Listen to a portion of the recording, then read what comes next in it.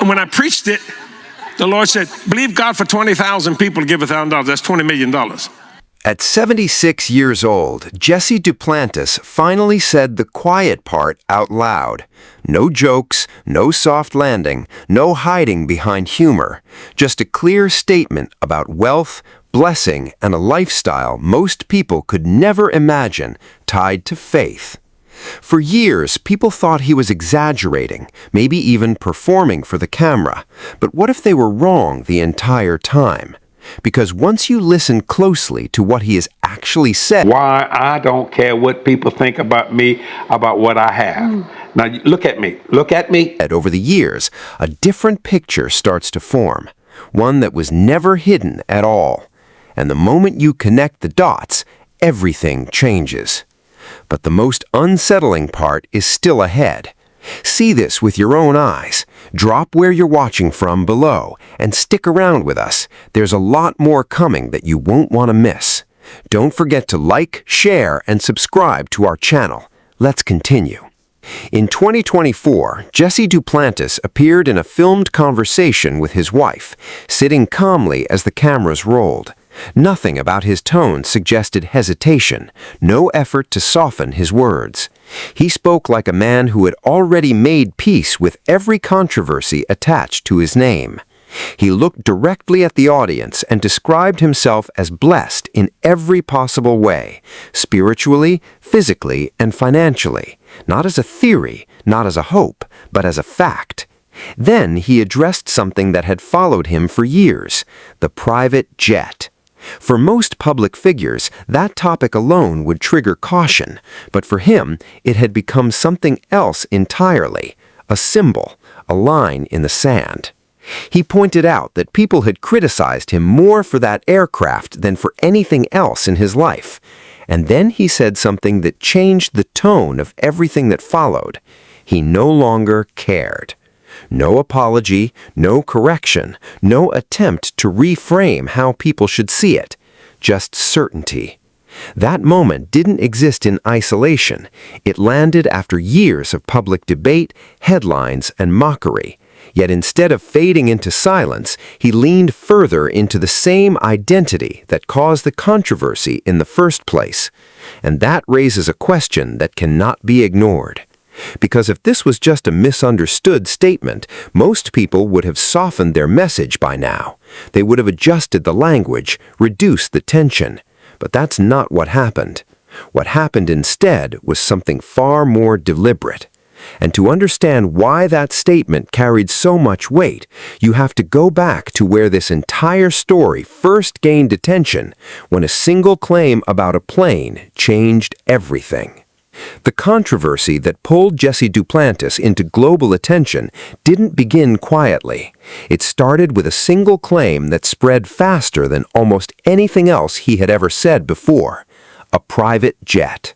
More specifically, a Falcon 7X aircraft tied to a price tag that placed it far beyond ordinary ministry expenses.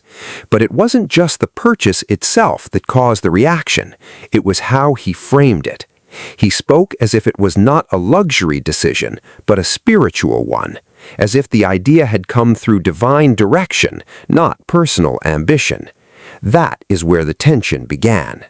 To many listeners, it sounded unbelievable, but to his followers, it was presented as faith in action, something bigger than economics, bigger than public opinion.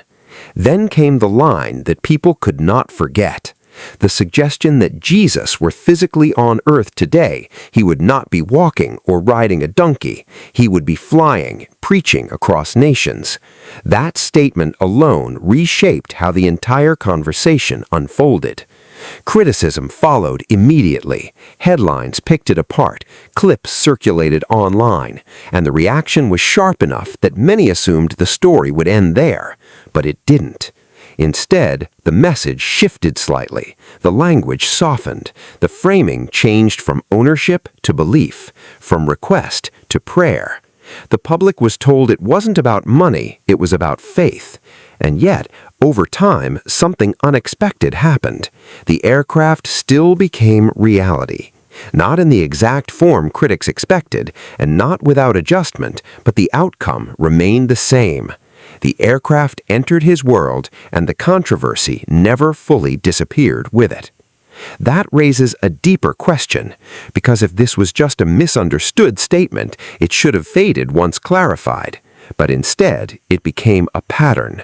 And once you start looking at what came before and after the jet story, you realize it was never an isolated event at all. It was the first major fracture point in a much larger narrative, one that connects directly to the people who shaped his thinking long before the world was watching. In Louisiana, a massive estate sits under the name of his ministry, not a private purchase in the usual sense, but something structured differently. Officially, it is tied to religious use. Functionally, it operates like a private residence on a scale most people never see. The size alone raises questions, but the structure behind it raises even more.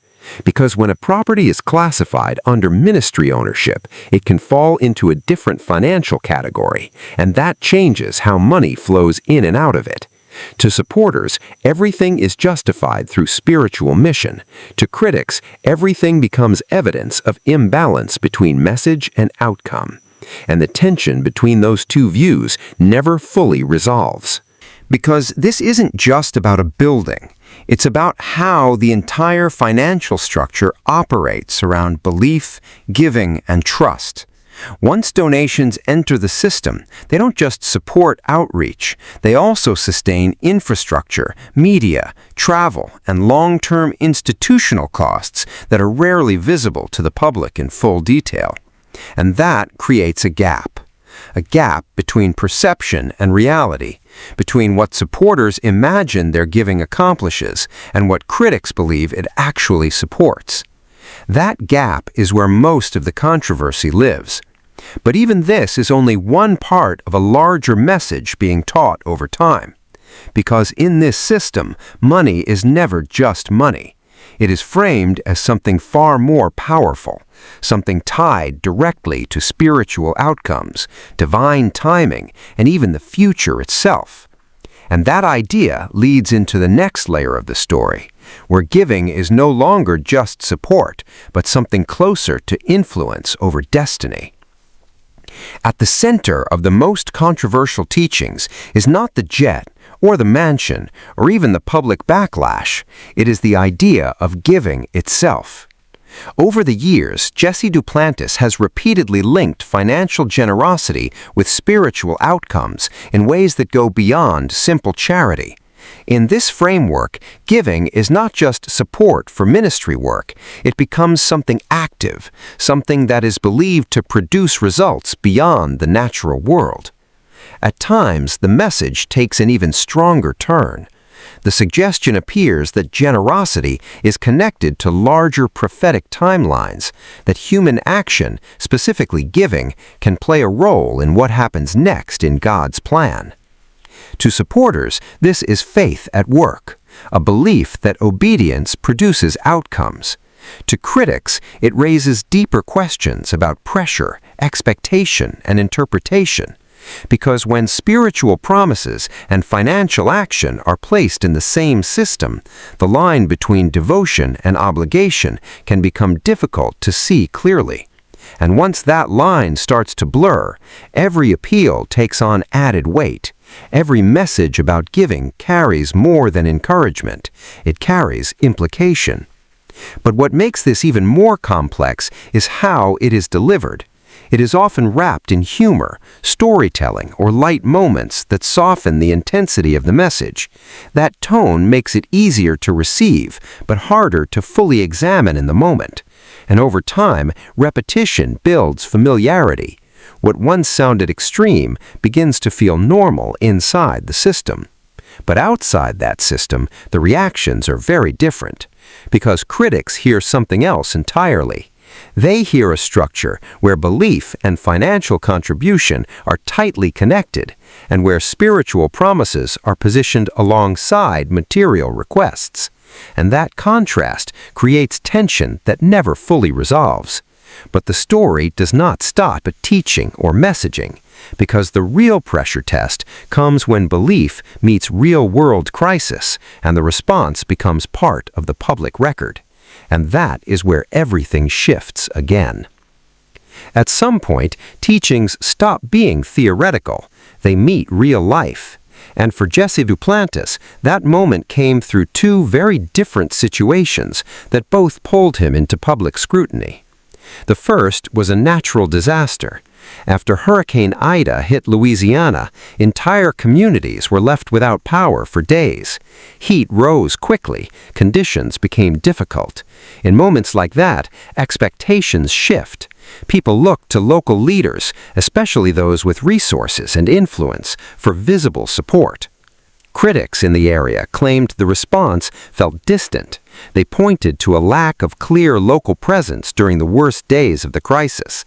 In response, his ministry stated that support was provided, including financial aid and generators. But the disagreement wasn't just about numbers. It was about visibility, about presence, about help whether it was felt on the ground in a way people could recognize. And that gap in perception added to an already growing tension between public messaging and local experience. Then came a completely different kind of controversy, a civil case in Colorado involving a religious-themed cryptocurrency project. Cryptocurrency fraud allegations. The case involved investors and a project that raised millions before collapsing. Jesse Duplantis was named among several individuals connected to the broader filing. Importantly, the situation remained a civil matter, not a criminal conviction, but the association itself carried weight in public discussion. For supporters, it was another misunderstood connection in a complicated financial landscape. For critics, it added to a pattern they felt they were already seeing. And that is where the narrative tension intensifies. Because now the story is no longer about one controversy at a time. It is about accumulation. A jet controversy, a tax-exempt mansion, a teaching about giving, a disaster response debate, and a financial lawsuit. Individually, each one can be explained in different ways, but together they begin to form a larger picture, one that forces the audience to ask whether these are separate incidents or pieces of the same system expressing itself in different situations. And to answer that, the story has to go further back, because none of this begins here. It begins long before the public ever knew his name.